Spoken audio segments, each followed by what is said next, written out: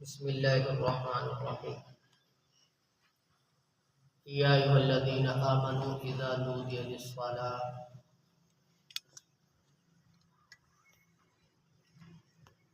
اے ایمان والو، جب تمہیں نماز کے لیے بلا لیا جائے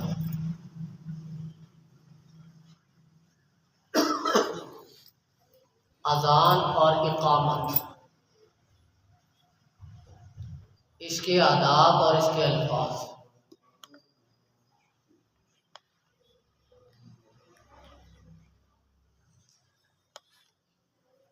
پہلی بات، نماز اور طواف کے علاوہ باقی کسی چیز کے لیے وضو کا ہونا کوئی شرط نہیں۔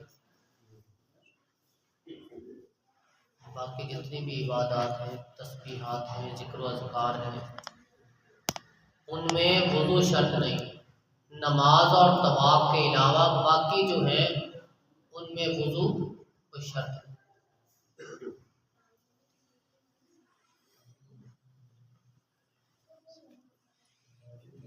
اذان، مؤذن جب اذان کہتا ہے، اذان کا ادب ہے اس کو کھڑے ہو کر کرتا ہے۔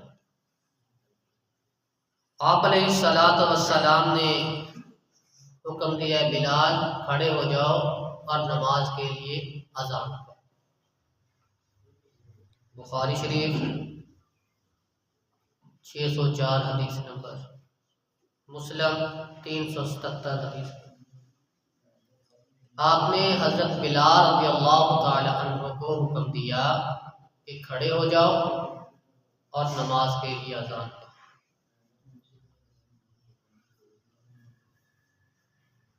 اذان کہتے وقت قبلہ رخ ہونا چاہیے۔ امت مسلمہ آج تک اسی عمل پہ ہے کہ جب اذان کہتے ہیں نماز کے لیے تو وہ قبلے کی طرف۔ مسند السراج، اس میں یہ روایت صحیح روایت ہے، قبلے کی طرف رخ ہونا۔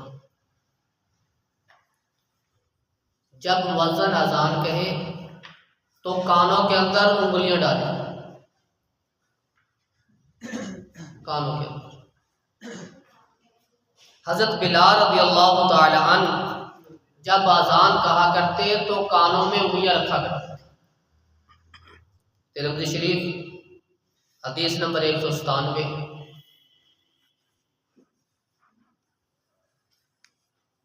جب حی علی الصلاۃ کہتے اپنے چہرے کو دائیں طرف موڑتے، جب حی علی الفلاح کہتے چہرے کو بائیں طرف موڑتے۔ بخاری شریف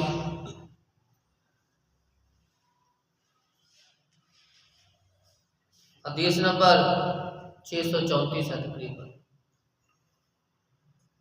اب اس میں ایک وضاحت ہے، جب ہمارے مؤذن کہتے ہیں وہ کرتے ہیں حی علی الصلاۃ، حی علی الفلاح، یہ جو سینہ ہے اس کو بھی ساتھ ہی گھماتے ہیں، ایسے نہیں، سیدھے رہنا ہے۔ حی علی الصلاۃ، حی علی الفلاح، سینہ نہیں گھومے، صرف چہرہ کو، سینہ سیدھا، صرف چہرہ گھمایا کرتے۔ ہمارے شیخ ہوا کرتے تھے حافظ بنیامین طور صاحب رحمہ اللہ تعالی، اللہ ان کے درجات بلند فرمائے، وہ کہا کرتے یہ کیا بات، حی علی الصلاۃ، جس کو سپیکر میں بولنے کا شوق ہے وہ سپیکر ساتھ ہی لے کے جائے گا، جتنے دیر حی علی الصلاۃ کہنا اتنی دیر چہرہ اسی طرف رہے، واپس نہ آئے، کیونکہ حی علی الصلاۃ جب کہتے ہیں تو چہرہ دائیں طرف ہوا کرتا تھا، دائیں طرف موڑا کرتے تھے۔ یہ نہیں تھا کہ حی علی الصلاۃ دائیں طرف موڑا پھر سیدھا کر لیا، ایسے نہیں، حی علی الصلاۃ چہرہ اسی طرف، حی علی الفلاح چہرہ اسی طرف، جب ختم ہو پھر واپس۔ یہ ہے حی علی الصلاۃ اور حی علی الفلاح کے آداب۔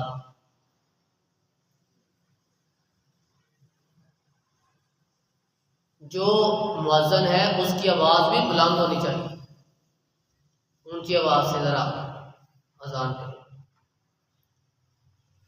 یہ بھی بخاری شریف کی روایت ہے کہ بلند آواز والا وہ اذان کہا کرتا جیسے بلال ابو محذور رضی اللہ عنہ۔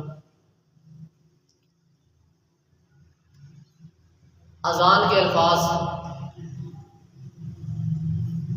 یہ صحابہ کو خواب آیا، اللہ کے رسول صلی اللہ علیہ وسلم نے ان کی تائید کی، جیسے عمر فاروق نے آگے بتایا رضی اللہ تعالی عنہ۔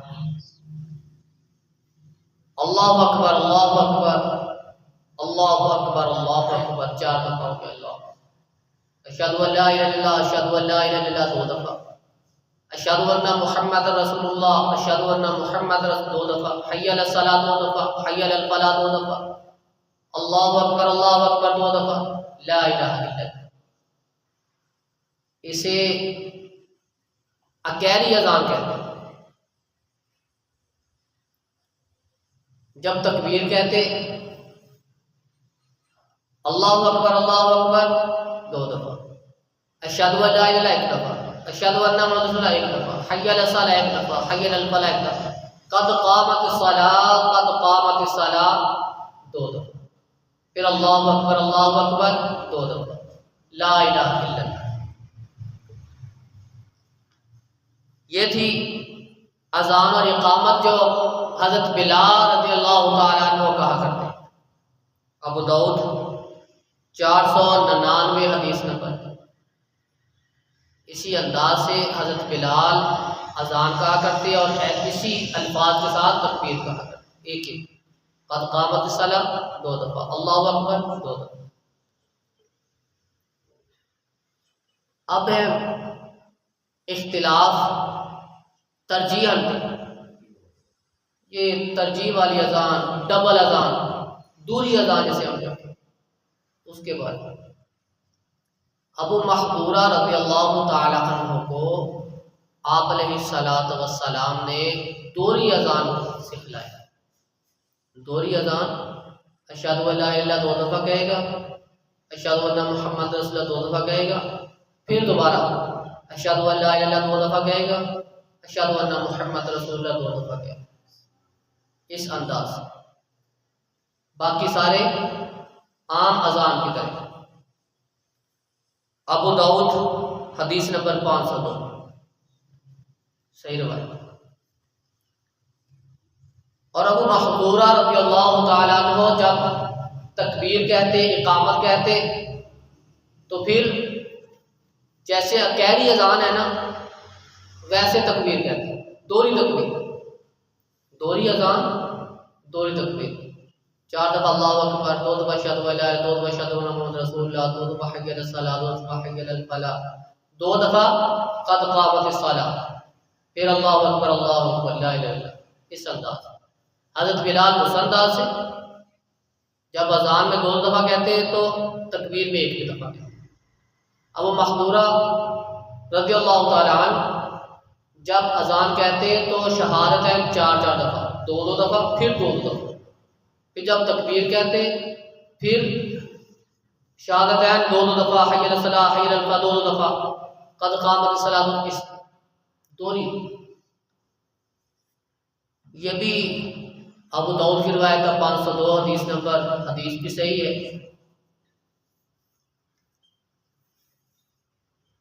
اسد الغابہ، اس کے اندر ابو محذورہ رضی اللہ تعالی عنہ کا یہ عمل نقل کیا گیا۔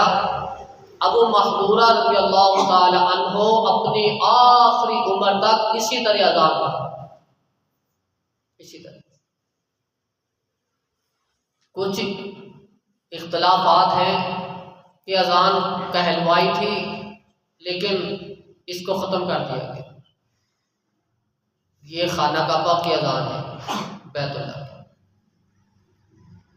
اس وقت نئے نئے مسلمان ہوئے تھے، اس لیے ایسی کوئی روایت نقل نہیں کی گئی کہ اس کو ختم کر دیا گیا، یہ نئے مسلمان تھے اسی لیے کہی گئی، نہیں، بلکہ ابو محذورہ رضی اللہ تعالی عنہ کا جو جس طرح رسول اللہ نے سکھلایا اسی انداز سے اپنی آخری عمر تک کہتے۔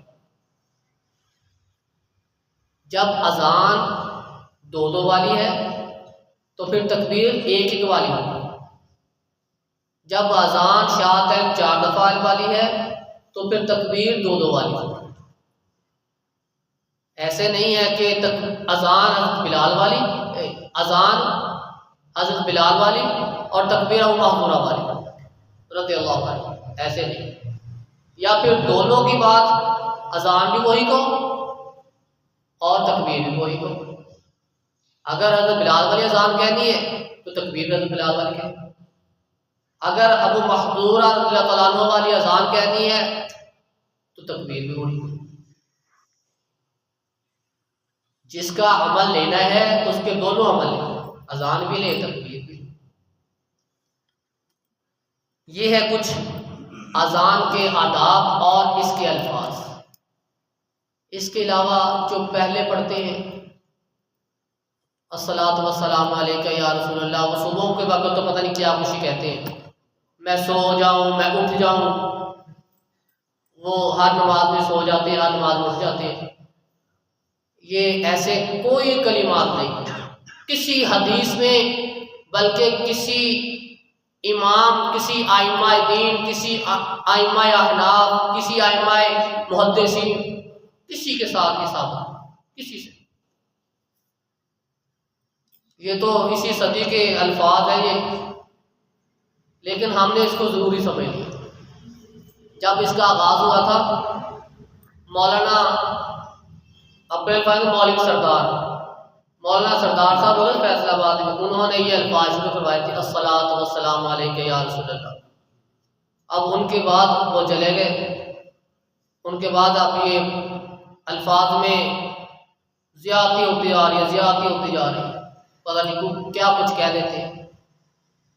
جو رسول اللہ سے ثابت نہیں ہے، سنت نہیں ہے، اگر اسے اس انداز سے کہا جائے گا وہ سنت نہیں کہ بدعت بنے گی۔ جو بدعت ہے اس کا اجر نہیں ہے، اس کا جرم ہے۔ بعد میں جو دعا ہے جو رسول اللہ نے سکھلائی وہ پڑھیں، درود شریف ہے، درود ابراہیمی، ساتھ اللہم رب هذه الدعوۃ التامہ والصلاۃ القائمہ، یہ دعا ہے۔ اشہد ان لا الہ الا اللہ وان محمد رسول اللہ، یہ 7 کلمہ ہے۔ اس کے بعد آگے الفاظ ہیں، ان کو یاد کریں، یہ بعد میں پڑھیں، شخص فکر میں پڑھ لیں۔ جو رسول اللہ نے سکھلائے وہ جیسے مرضی پڑھیں، بلند آواز سے پڑھیں، اسپیکروں میں پڑھیں یا آہستہ پڑھیں۔